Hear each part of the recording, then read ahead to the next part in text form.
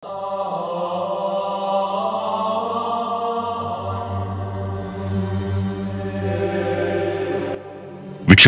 ಇತ್ತೀಚೆಗೆ ಬಿಡುಗಡೆ ಆದಂತ ಕಾಂತಾರ ಚಾಪ್ಟರ್ 1 ಚಿತ್ರವನ್ನ ನಿಮ್ಮಲ್ಲಿ ಬಹಳಷ್ಟು ಜನ ನೋಡಿದ್ದೀರಿ. ಆದರೆ ಅದರಲ್ಲಿ ಯಾರಿಗೂ ಅರ್ಥವಾಗದಿರುವಂತ ಒಂದಷ್ಟು ವಿಷಯಗಳಿದ್ದಾವೆ. ಆ ಚಿತ್ರದ ಮುಖ್ಯ ನಾಯಕ ರಿಷಬ್ ಶೆಟ್ಟಿ ಅಲ್ಲ, ಬದಲಿಗೆ ಅದರಲ್ಲಿದ್ದಂತ ಆ ಒಬ್ಬ ವ್ಯಕ್ತಿ. ಅವರು ಯಾರು, ಇವರ ಅಗತ್ಯ ಈ ಚಿತ್ರದಲ್ಲಿ ಯಾಕಿದೆ, ಈ ಒಂದು ಚಿತ್ರದಲ್ಲಿ ಇವರನ್ನ ಯಾಕಾಗಿ ತೋರಿಸಿದ್ದಾರೆ ಅನ್ನುವಂತ ಗೊಂದಲ ಹಲವರಲ್ಲಿ ಉಂಟಾಗಿರುತ್ತೆ. ಹೌದು ವೀಕ್ಷಕರೇ, ಈ ಚಿತ್ರದಲ್ಲಿ ಇಂಥ 10 ರಹಸ್ಯಗಳನ್ನ ನಿಮ್ಗೆ ಇವತ್ತು ಹೇಳಲಿದ್ದೇವೆ. ಇವುಗಳನ್ನ ಕೇಳಿ ತಿಳಿದ ನಂತರ ನೀವು ಮತ್ತೊಮ್ಮೆ ಕಾಂತಾರ ಚಾಪ್ಟರ್ 1 ನೋಡೋದಕ್ಕೆ ಇಷ್ಟಪಡ್ತೀರಾ. ಅಲ್ಲಿಂದ ಒಂದು ಹೊಸದೇ ರೀತಿಯಲ್ಲಿ ನಿಮ್ಮ ಮನಸ್ಸು ಈ ಚಿತ್ರದ ಬಗ್ಗೆ ಯೋಚನೆ ಮಾಡೋದಕ್ಕೆ ಶುರು ಮಾಡುತ್ತೆ. ಅದಕ್ಕೂ ಮೊದಲು ನಾವಿಲ್ಲಿ ಕೊಡುವಂತ ವಿಶೇಷ ಸ್ಪಾಯ್ಲರ್ ಎಚ್ಚರಿಕೆ ಏನಂದ್ರೆ, ಕಾಂತಾರ ಚಾಪ್ಟರ್ 1 ಚಿತ್ರವನ್ನ ಇದುವರೆಗೂ ಯಾರು ನೋಡಿಲ್ವೋ ಅವರು ಈ ಒಂದು ವಿಡಿಯೋವನ್ನ ದಯವಿಟ್ಟು ನೋಡಬೇಡಿ.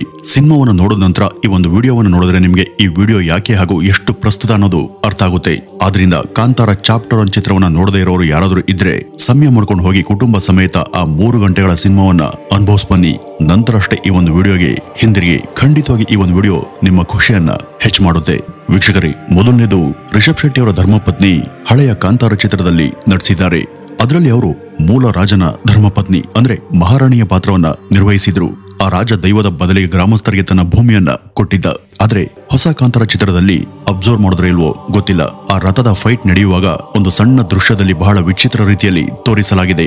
ಈ ಒಂದು ಚಿತ್ರದ ಪ್ರಮುಖ ಪಾತ್ರ ಅಚಾನಕ್ ಆಗಿ ಅವರನ್ನ ನೋಡಿ ನೆಲದ ಮೇಲೆ ಬೀಳ್ತಾನೆ. ಇಲ್ಲೂ ಕೂಡ ಅವ್ರ ಜೊತೆ ಒಂದು ಚಿಕ್ಕ ಮಗು ಕಾಣಿಸುತ್ತೆ. ಮತ್ತೆ ರಿಷಬ್ ಶೆಟ್ಟಿ ಅವರಿಗೆ ಮಾತ್ರ ಇವರಿಬ್ರು ಅಂದ್ರೆ ಆ ತಾಯಿ ಮಕ್ಕಳು ಕಾಣಿಸ್ಕೊಳ್ತಾರೆ. ಉಳಿದ ಜಗತ್ತಿಗೆ ಅವರು ಕಾಣದ ಹಾಗೆ ಅದೃಶ್ಯರಾಗ್ತಾರೆ ಅಂತ ಅನ್ಸುತ್ತೆ. ಮತ್ತೆ ಇಲ್ಲಿ ಇನ್ನೂ ಅಚ್ಚರಿಯ ವಿಷಯ ಅಂದ್ರೆ, ಹಳೆಯ ಕಾಂತಾರದಲ್ಲಿದ್ದಂತ 1847ರ ಕತೆ ಮತ್ತು ಅದಕ್ಕೂ ಹಿಂದಿನ ಕತೆ ಆದಂತ ಆ ಹೊಸ ಚಿತ್ರ, ಹೀಗೆ ಅವೆರಡರಲ್ಲೂ ಕೂಡ ರಾಣಿಯ ರೂಪ ಒಂದೇ ತರ ಇದೆ. ಇಷ್ಟು ವರ್ಷಗಳ ಅಂತರದಲ್ಲಿ ಆ ರಾಣಿಯನ್ನ ಒಂದೇ ರೀತಿ ತೋರಿಸೋದಕ್ಕೆ ಹೇಗ್ ಸಾಧ್ಯ? ಖಚಿತವಾಗಿ ಈ ಒಂದು ಪಾತ್ರ ಕಾಂತಾರದ ಭವಿಷ್ಯಕ್ಕಾಗಿ ಬಹಳ ನಿಗೂಢವಾಗಿ ಉಳಿದಂತ ಒಂದು ಪಾತ್ರ ಇರಬಹುದು. ಇನ್ನು ಎರಡನೇ ವಿಷಯ ಬಹಳ ಚಿಕ್ಕದಾಗಿದೆ, ಆದ್ರೂ ಆ ಚಿತ್ರವನ್ನ ಸೂಕ್ಷ್ಮವಾಗಿ ನೋಡಿದವರ ಮನಸ್ಸಲ್ಲಿ ಉಳಿದೋಗುವಂತ ಸೀಕ್ವೆನ್ಸ್. ಈ ಒಂದು ಸಿನಿಮಾದಲ್ಲಿ ರಾಜನ್ ಮಗ ಹೊಸ ಮಹಾರಾಜರಾಗಿ ಸಿಂಹಾರೋಹಣವನ್ನ ಮಾಡ್ತಾನೆ. ಅವನು ಕಾಂತಾರ ಕಾಡಿಗೆ ಕಾಲಿಟ್ಟಾಗ ಅವನಿಗೆ ಏನಾಗುತ್ತೆ ಅಂತ ಈ ಚಿತ್ರ ನೋಡೋದಂತ ನಿಮ್ಗೆ ಗೊತ್ತೇ ಇರುತ್ತೆ. ಆದ್ರೆ ನಂತರ ಅವನು ಸತ್ ಹೋಗ್ತಾನೆ. ಆಮೇಲೆ ಅವನ ತಂದೆ ಅಂದ್ರೆ ಮುಖ್ಯ ರಾಜ ಇರ್ತಾನಲ್ಲ, ಅವನೇ ಅವನ ಕೈಯಾರೆ ಆತನ ದೇಹಕ್ಕೆ ಬೆಂಕಿ ಇಡ್ತಾನೆ. ಅದಾದ ನಂತರ ಅಲ್ಲೇ ಇದ್ದಂತ ರಾಜ ತನ್ನ ಕತ್ತಿಯಿಂದ ಅವರ ಪಕ್ಕದಲ್ಲಿ ಇದ್ದಂತ ಸೇವಕನ ಕುತ್ತಿಗೆನ ಒಂದೇ ಏಟಿಗೆ ಕತ್ತರಿಸ್ತಾನೆ. ಇದು ಯಾಕೆ ಅಂತ ಗೊತ್ತಿಲ್ಲ. ಇದರ ಹಿಂದಿನ ಕಾರಣವನ್ನ ಆ ಚಿತ್ರದ ಯಾವ ಸೀನಲ್ಲೂ ಕೂಡ ತೋರಿಸಿಲ್ಲ ಮತ್ತೆ ಹೇಳಿಲ್ಲ ಕೂಡ. ಈ ಒಂದು ಸಿನಿಮಾವನ್ನ ನೋಡುವಾಗ ನೀವೆಲ್ಲರೂ ಕೂಡ ಇದನ್ನ ಗಮನಿಸಿರ್ತೀರಾ. ಯಾಕೆ ಅಂತ ಗೊತ್ತಿದ್ರೆ ಅದನ್ನ ಕಮೆಂಟ್ ನಲ್ಲಿ ತಿಳಿಸಿ. ಇನ್ನು ಈ ಚಿತ್ರದಲ್ಲಿ ಒಂದು ಪೋರ್ಚುಗೀಸ್ ಪಾತ್ರವನ್ನು ಕೂಡ ಇರಿಸಲಾಗಿದೆ. ಇದು ಸ್ವಲ್ಪ ವಿಚಿತ್ರ ಅಂತ ಅನ್ಸುತ್ತೆ, ಯಾಕೆಂದ್ರೆ ವಾಸ್ತವವಾಗಿ ಪೋರ್ಚುಗೀಸರು ಇಲ್ಲಿಗೆ ಬಂದದ್ದು 17ನೇ ಶತಮಾನದ ನಂತರ. ಆದರೆ ಚಿತ್ರದಲ್ಲಿ ತೋರಿಸಿರುವಂತ ಕದಂಬರ ಯುಗ ಶುರುವಾಗಿದ್ದು ಕ್ರಿಸ್ತಶಕ 5 ಮತ್ತು 8ರ ನಡುವೆ. ಆದ್ರೂ ಕೂಡ ಈ ಇತಿಹಾಸಕ್ಕೆ ವ್ಯತಿರಿಕ್ತ ಅನ್ನುವ ಹಾಗೆ ಇವರು ಭಾರತಕ್ಕೆ ನುಗ್ಗಿ ಮಸಾಲೆ ಪದಾರ್ಥಗಳ ವ್ಯಾಪಾರದ ಮೇಲೆ ತಮ್ಮ ಹಿಡಿತ ಸಾಧಿಸ್ತಾರೆ ಅಂತ, ಮತ್ತು ಕಾಂತಾರದ ಆ ಕಾಡ್ನಿಂದ ಮಸಾಲೆಗಳನ್ನ ಮಾರಾಟ ಮಾಡೋ ಮೂಲಕ ಈ ಚಿತ್ರದ ಒಂದು ಪ್ರಮುಖ ಪಾತ್ರವನ್ನ ತೋರಿಸಲಾಗಿದೆ. ಒಂದ್ ರೀತಿಯಲ್ಲಿ ಇಲ್ಲಿ ರಿಷಬ್ ಶೆಟ್ಟಿ ಅವರು ಪೋರ್ಚುಗೀಸ್ ಜನರೊಂದಿಗೆ ಆ ರಾಜನ ಸಂಪರ್ಕ ಹೇಗಿತ್ತು ಅನ್ನೋದನ್ನ ತೋರಿಸೋದಕ್ಕೆ ಬಯಸಿರೋ ಹಾಗಿದೆ. ಇನ್ನು ಇದರ ಜೊತೆ ಸಿನಿಮಾ ನೋಡಿದಂತ ಜನರ ಮನಸ್ಸಲ್ಲಿ ಇರುವಂತ ದೊಡ್ಡ ಪ್ರಶ್ನೆ ಏನು ಅಂದ್ರೆ, ಅದರಲ್ಲಿ ಇರುವಂತ ಆ ಹುಲಿಯ ಪಾತ್ರದ ಬಗ್ಗೆ. ಇದನ್ನ ಚಿತ್ರದಲ್ಲಿ ಯಾಕೆ ತೋರಿಸಲಾಗಿದೆ ಅಂತ ನಿಮ್ಗೆ ಗೊತ್ತಾ ವೀಕ್ಷಕರೇ? ಹೇಳ್ತೀನಿ. ಅದಕ್ಕೂ ಮೊದಲು ನಾವಿಲ್ಲಿ ಸ್ವಲ್ಪ ಇತಿಹಾಸದ ಹಿಂದಕ್ಕೆ ಹೋಗ್ಬೇಕು. ಕಾಂತಾರದಲ್ಲಿ ಕೊನೆಯಲ್ಲಿ ಎಷ್ಟು ದೈವಗಳ ಕತೆ ನಡೆಯುತ್ತೆ, ಅವೆಲ್ಲ ಒಂದೇನಾ ಅಥವಾ ವಿಭಿನ್ನ ಎಂಬ ಬಗ್ಗೆ ಬಹಳಷ್ಟು ಜನ ಗೊಂದಲಕ್ಕೆ ಒಳಗಾಗಿದ್ದಾರೆ. ಇದರಲ್ಲಿ ಬರುವಂತ ಒಂದು ದೈವ ಸ್ವಲ್ಪ ಶಾಂತವಾಗಿ ಭೂತ ಕೋಲದಲ್ಲಿ ನೃತ್ಯವನ್ನ ಮಾಡ್ತಾರೆ. ಆದ್ರೆ ಇನ್ನೊಬ್ರು ಬೇರೆ ರೀತಿಯಲ್ಲಿ ಸ್ವಲ್ಪ ಕೋಪದಿಂದ ಗ್ರಾಮಸ್ಥರನ್ನ ರಕ್ಷಿಸ್ತಾರೆ. ನೋಡಿ, ಇಲ್ಲಿ ತೋರಿಸಿರುವಂತ ಮೊದಲ ದೈವ ಅದು ದೈವ ಪಂಜುರ್ಲಿ. ಇದ್ರ ಬಗ್ಗೆ ಒಂದು ಕತೆ ಇದೆ. ಆದಿಯಲ್ಲಿ ವರಹ ರೂಪದಲ್ಲಿ ಇವರನ್ನ ತಾಯಿ ಪಾರ್ವತಿ ಬಹಳ ಪ್ರೀತಿಯಿಂದ ತಮ್ಮೊಂದಿಗೆ ಇರಿಸಿಕೊಂಡಿದ್ರು. ಆದರೆ ಸ್ವಲ್ಪ ತರಲೆ ಸ್ವಭಾವದ ಇವರು ಅವರ ತೋಟವನ್ನೇ ಹಾಳು ಮಾಡ್ತಾರೆ. ಇದರಿಂದಾಗಿ ಭಗವಾನ್ ಶಿವನಿಗೆ ಕೋಪ ಬಂದು ಅವರನ್ನ ಶಿವ ಸಂಹಾರ ಮಾಡ್ದ. ಆಗ ಪಾರ್ವತಿಯ ವಿನಂತಿಯ ಮೇರೆಗೆ ಶಿವ ಅವರನ್ನ ಭೂಮಿ ಮೇಲಿರುವಂತಹ ಬೆಳೆಗಳು ಮತ್ತು ಪ್ರಕೃತಿಯನ್ನ ರಕ್ಷಣೆ ಮಾಡೋದಕ್ಕೆ ಅದೇ ವರಹ ರೂಪದಲ್ಲಿ ದೈವಗಳನ್ನಾಗಿ ಮಾಡಿ ಭೂಮಿಗೆ ಕಳುಹಿಸಿದ್ರು. ಇನ್ನು ಇದರಲ್ಲಿ ಬರುವಂತ ಎರಡನೇ ದೈವ ದೇವಗುಳಿಗ. ಅವರ ಜನ್ಮಕತೆ ಭಗವಾನ್ ಶಿವನ ಮನೆಯಾದಂತ ಕೈಲಾಸದೊಂದಿಗೆ ಸಂಬಂಧಪಟ್ಟಿದೆ. ಅಲ್ಲಿ ತಾಯಿ ಪಾರ್ವತಿ ಕೊಟ್ಟಂತ ಬೂದಿಯಲ್ಲಿ ಶಿವನ್ಗೆ ಒಂದು ಕಲ್ಲು ಸಿಗುತ್ತೆ. ಅದನ್ನ ಅವರು ಭೂಮಿಯ ಮೇಲೆ ಒಂದ್ ಕಡೆ ಎಸ್ದಾಗ ಅದರಿಂದ ಗೂಳಿಗನ ಜನನ ಆಗುತ್ತೆ. ಅವರ ಹಸಿವು ಎಷ್ಟು ದೊಡ್ಡ ಮಟ್ಟದಲ್ಲಿ ಇತ್ತು ಅಂದ್ರೆ ಅವರು ಸೂರ್ಯನನ್ನೇ ನುಂಗೋದಿಕ್ಕೆ ಪ್ರಯತ್ನ ಪಟ್ಟಿದ್ರು. ಮತ್ತೆ ಭಗವಾನ್ ವಿಷ್ಣುವಿನ ಪವಿತ್ರ ಸರೋವರವನ್ನೇ ಕುಡಿತಾರೆ. ಅದಕ್ಕಾಗಿನೇ ಆ ಆಕಾರದ ದೃಶ್ಯವನ್ನ ಎಷ್ಟು ಬುದ್ಧಿವಂತಿಕೆಯಿಂದ ತೋರಿಸಲಾಗಿದೆ ಅಂತ ಚಿತ್ರ ನೋಡೋದವ್ರಿಗೆ ಅರ್ಥ ಆಗುತ್ತೆ. ಇದು ಒಂದ್ ರೀತಿ ಗೂಳಿಗ ಸೂರ್ಯನನ್ನ ನುಂಗುವಂತ ಮೂಲಕ ತನ್ನ ಹಸಿವನ್ನ ತಣಿಸೋದಕ್ಕೆ ಪ್ರಯತ್ನ ಪಡ್ತಿರೋದನ್ನ ಮತ್ತು ಅವರ ಕೋಪವನ್ನ ಅದು ಸಾಂಕೇತಿಸುತ್ತೆ.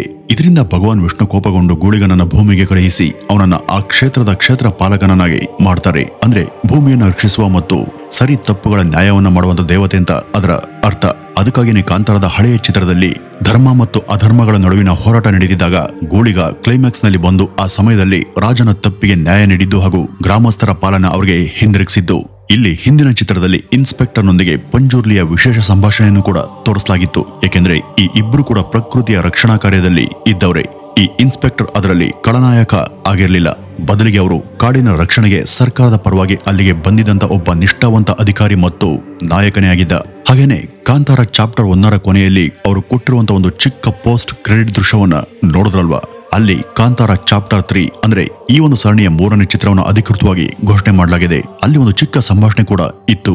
ಅಲ್ಲಿ ಒಬ್ಬ ಹುಡುಗ, ದೇವರು ಇವತ್ಗೂ ಇದೇ ಬಾವಿಯಲ್ಲಿ ವಾಸಿಸ್ತಾರ, ಹಾಗಾದ್ರೆ ಈಗ ಈ ಬಾವಿಯನ್ನ ಯಾಕೆ ಮುಚ್ಚಲಾಗಿದೆ ಅಂತ ಕೇಳ್ತಾನೆ. ಅದಕ್ಕೆ ಪ್ರತಿಕ್ರಿಯೆಯಾಗಿ ಅದು ಮತ್ತೊಂದು ದಂತಕತೆ ಅನ್ನುವಂತ ಉತ್ತರ ಕೇಳ್ಬರುತ್ತೆ. ಇದರ ಸೂಚನೆಯೇ ಇತಿಹಾಸದಲ್ಲಿ ದೈವ ಪಂಜುರ್ಲಿ ಮತ್ತು ದೈವ ಗುಳಿಗ ಇಬ್ರು ಪರಸ್ಪರ ಘರ್ಷಣೆಗೆ ಇಳಿದು ಯುದ್ಧ ಮಾಡದಂತ ಒಂದು ಕಥೆಯ ಕಡೆಗೆ ಇರಬಹುದು ಅಂತ ನಮ್ಮ ಊಹೆ.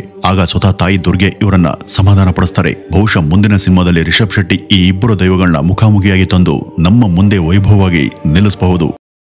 ಕಾಂತಾರದ ಹಳೆಯ ಸಿನಿಮಾ ಸಂಪೂರ್ಣವಾಗಿ ಭಗವಾನ್ ಶಿವನಿಗೆ ಸಮರ್ಪಿತವಾಗಿತ್ತು. ಆದ್ರೆ ಈ 2ನೇ ಚಿತ್ರವನ್ನ ತಾಯಿ ಜಗದಾಂಬೆಯಾದಂತ ಪಾರ್ವತಿಗೆ ಡೆಡಿಕೇಟ್ ಮಾಡಲಾಗಿದೆ ಎಂಬುದನ್ನ ಎಷ್ಟು ಜನರು ಗಮನಿಸಿದ್ದಾರೋ ಗೊತ್ತಿಲ್ಲ.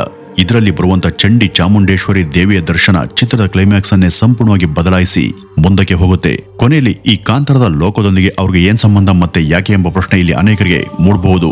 ನೋಡಿ, ತಾಯಿ ಚಾಮುಂಡೇಶ್ವರಿ ಒಂದ್ ರೀತಿಯಲ್ಲಿ ದೇವಿ ಪಾರ್ವತಿಯ ದುರ್ಗಾ ರೂಪನೇ ಆಗಿದ್ದಾರೆ. ರಾಕ್ಷಸ ಮಹಿಷಾಸುರನ್ನ ವಧೆ ಮಾಡದಂತ ಕಾರಣದಿಂದ ಇವರನ್ನ ಮಹಿಷಾಸುರ ಮರ್ದಿನಿಂದನೂ ಕೂಡ ಕರೀತಾರೆ. ಮತ್ತೆ ಇದೇ ದಿವಸವನ್ನ ನಮ್ಮ ರಾಜ್ಯದಲ್ಲಿ ವಿಜಯದಶಮಿ ಅಂದ್ರೆ ದಸರಾದಂತೆ ಶತಮಾನಗಳಿಂದ ಆಚರಿಸಲಾಗ್ತಿದೆ. ಅದಕ್ಕಾಗಿನೇ ರಿಷಬ್ ಶೆಟ್ಟಿ ಅವರು ಅಕ್ಟೋಬರ್ 2ನೇ ತಾರೀಕು ಥಿಯೇಟರ್ ನಲ್ಲಿ ತಾಯಿ ಚಾಮುಂಡಿಯಾಗಿ ದರ್ಶನ ಕೊಡೋದಿಕ್ಕೆ ಇದೇ ಮಹತ್ವಪೂರ್ಣದ ದಿನವನ್ನ ಆರಿಸಿದ್ದು.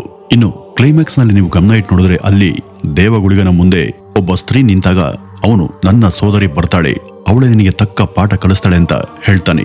ಇನ್ನು ಈ ಚಿತ್ರದಲ್ಲಿ ತೋರಿಸಿರುವಂತ ಈ 2 ಕ್ಯಾರೆಕ್ಟರ್ಗಳನ್ನ ಒಂದ್ ರೀತಿ ರಾಹುಕೇತುವಿನ ಸಂಕೇತದಂತೆ ತೋರಿಸಿದ್ದಾರೆ. ಅದಕ್ಕೆ ಪೂರಕ ಅನ್ನುವ ಹಾಗೆ ಇದರ ದೃಶ್ಯಗಳಲ್ಲಿ ಪದೇ ಪದೇ ಚಂದ್ರ ಗ್ರಹಣದೊಂದಿಗೆ ಸಂಬಂಧ ಹೊಂದಿರುವ ಹಾಗೆ ತೋರಿಸ್ತಾರೆ. ಆದ್ರೆ ಅವ್ರ ಸತ್ತ ನಂತರ ಆ ಗ್ರಹಣ ಕೂಡ ಕೊನೆಗೊಳ್ಳುತ್ತೆ. ಆದ್ರೆ ಅವ್ರ ಮೇಲೆ ಕಣ್ಣಿಡೋದಕ್ಕೆ ದೇವರು ಯಾವಾಗಲೂ ಯಾರನ್ನಾದರೂ ಕಳಿಸ್ತಾನಲ್ವಾ, ಅದೇ ರೀತಿ ಇಲ್ಲಿಗೆ ಆ ಹುಲಿಯ ಪ್ರವೇಶ ಆಗುತ್ತೆ. ಅದು ತಾಯಿ ದುರ್ಗೆಯ ಅಥವಾ ಚಾಮುಂಡಿಯ ಪ್ರತಿರೂಪ. ಅದು ಅವರ ಪ್ರೀತಿಯ ಸಂಗಾತಿ ಕೂಡ ಹೌದು. ಯಾವುದೇ ಒಂದು ವಿಷಯ ಚಾಮುಂಡಿ ತಾಯಿಯನ್ನ ತಲುಪುವಂತ ಮೊದಲೇ ಅದಕ್ಕೆ ತಿಳಿದು ಅದು ಸ್ವತಃ ತಾನೇ ಪ್ರತ್ಯಕ್ಷ ಆಗಿ ಕೆಟ್ಟ ಕೆಲಸ ಮಾಡೋರ್ಗೆ ಪಾಠ ಕಲಿಸುತ್ತೆ. ತಾಯಿ ಸೂಚನೆಯ ಮೇರೆಗೆ ದೇವಗುಳಿಗನನ್ನ ರಕ್ಷಣೆ ಮಾಡೋದಕ್ಕೆ ಹುಲಿ ಚಿತ್ರದಲ್ಲಿ ಪದೇ ಪದೇ ಕಾಣಿಸ್ಕೊಳ್ಳುತ್ತೆ. ಇನ್ನು ಇಲ್ಲಿ ಬರುವಂತ ಇನ್ನೊಂದು ವಿಶಿಷ್ಟ ಪಾತ್ರ ಅಂದ್ರೆ ಆ ಬ್ರಹ್ಮ ರಾಕ್ಷಸ. ಅಲ್ಲಿ ಎಲ್ಲರೂ ಕೂಡ ಆ ಬ್ರಹ್ಮ ರಾಕ್ಷಸನ್ಗೆ ಹೆದರ್ಕೊಳ್ತಿರ್ತಾರೆ. ಆದ್ರೆ ಅದು ಬ್ರಹ್ಮ ರಾಕ್ಷಸ ಅಲ್ಲ. ಅವ್ರು ಯಾರಪ್ಪ ಅಂದ್ರೆ ಇವರು ಸ್ವತಃ ಶಿವನ ವಾಹನದಂತ ನಂದೀಶ್ವರ, ತಮ್ಮ ಮಹಾದೇವನ ಪ್ರೀತಿಯ ಸಂಗಾತಿ ಹಾಗೂ ಎಲ್ಲಾ ಕಡೆ ಅವರೊಂದಿಗೆ ಸದಾ ಸೇವೆ ಮಾಡ್ತಾ ಇರೋರು. ಈಗ ಅತ್ಯಂತ ಆಸಕ್ತಿದಾಯಕ ಮತ್ತು ಅತ್ಯಂತ ಮುಖ್ಯವಾದಂತ ಪ್ರಶ್ನೆ ಏನು ಅಂದ್ರೆ ಅದರಲ್ಲಿ ಬರುವಂತ ಆ ವೃದ್ಧ ವ್ಯಕ್ತಿ ಯಾರು? ಇವರು ಕಾಂತಾರದ ಸಂಪೂರ್ಣ ಲೋಕಕ್ಕೆ ಯಾಕೆ ಅತ್ಯಂತ ಮುಖ್ಯವಾದ ಪಾತ್ರವಾಗಲಿದ್ದಾರೆ ಅನ್ನೋದು. ಈ ಒಂದು ಗೊಂದಲಕ್ಕೆ ನಾವು ಸ್ವಲ್ಪ ದೀರ್ಘವಾದ ಮತ್ತು ಆಳವಾದಂತ ವಿವರಣೆಯನ್ನ ಕೊಡಬೇಕಾಗುತ್ತೆ. ಆದ್ರೆ ಒಂದಂತೂ ನಿಜ, ಕಾಂತಾರದ ಸಂಪೂರ್ಣ ತರ್ಕ ಅಥವಾ ಅದರ ಮೇನ್ ಲಾಜಿಕ್ ನ A to Z ಎಲ್ಲ ಕೇವಲ ಆ ಒಂದು ಉತ್ತರದಲ್ಲಿ ಅಡಗಿದೆ. ನೀವು ಇದನ್ನ ಗಮನಿಸಿದ್ದೀರೋ ಇಲ್ವೋ ಗೊತ್ತಿಲ್ಲ. ಆ ಒಂದು ಪಾತ್ರ ಆ ಚಿತ್ರದ ಮುಖ್ಯ ನಾಯಕನು ಮಾತ್ರ ಕಾಣಿಸುತ್ತೆ. ಬಾಲ್ಯದಿಂದ ಹಿಡಿದು ಅಂತ್ಯದವರೆಗೂ ಅವರು ಯಾವಾಗ್ಲೂ ಈ ಚಿತ್ರದ ನಾಯಕನೊಂದಿಗೆ ಇರ್ತಾ ಇದ್ರು. ಚಿತ್ರದ ಕ್ಲೈಮ್ಯಾಕ್ಸ್ ನಲ್ಲೂ ಕೂಡ ಈ ಒಂದು ಪಾತ್ರನೇ ಆ ಬಾವಿಯಲ್ಲಿ ಹೋಗಿ ದೇವರನ್ನ ಭೇಟಿ ಮಾಡೋದಕ್ಕೆ ಅವರಿಗೆ ದಾರಿಯನ್ನ ತೋರಿಸಿದ್ದು. ನಾವು ಸ್ವಲ್ಪ ಸಂಶೋಧನೆ ಮಾಡಿ ನೋಡಿದಾಗ ಆ ಪಾತ್ರಕ್ಕೆ ರಿಷಬ್ ಶೆಟ್ಟಿ ಅವರ ಧ್ವನಿಯನ್ನ ಕೊಟ್ಟಿರೋದು ನಮ್ಮ ಗಮನಕ್ಕೆ ಬರುತ್ತೆ. ಅಷ್ಟು ಮಾತ್ರ ಅಲ್ಲದೆ ಅವರು ಯಾರು ಕೂಡ ಆ ಒಂದು ಸಿನಿಮಾದಲ್ಲಿ ಅವರನ್ನ ಗುರುತನ್ನು ಹಿಡಿಯೋದಕ್ಕೆ ಸಾಧ್ಯವಾಗದಂತ ರೀತಿಯಲ್ಲಿ ನಟಿಸಿದ್ದಾರೆ. ಭಗವಾನ್ ವಿಷ್ಣು ವಿವಿಧ ಅವತಾರಗಳನ್ನ ಎತ್ತಿ ಭೂಮಿಗೆ ಬಂದು ಅನೇಕ ಲೀಲೆಗಳನ್ನ ಮಾಡಿ ಹೋದ್ರಲ್ಲ, ಹಾಗೇನೆ ಇಲ್ಲಿ ಭಗವಾನ್ ಶಿವ ಈ ಪಾತ್ರದ ರೂಪದಲ್ಲಿ ಕಾಂತಾರಕ್ಕೆ ಬಂದಿದ್ದಾರೆ.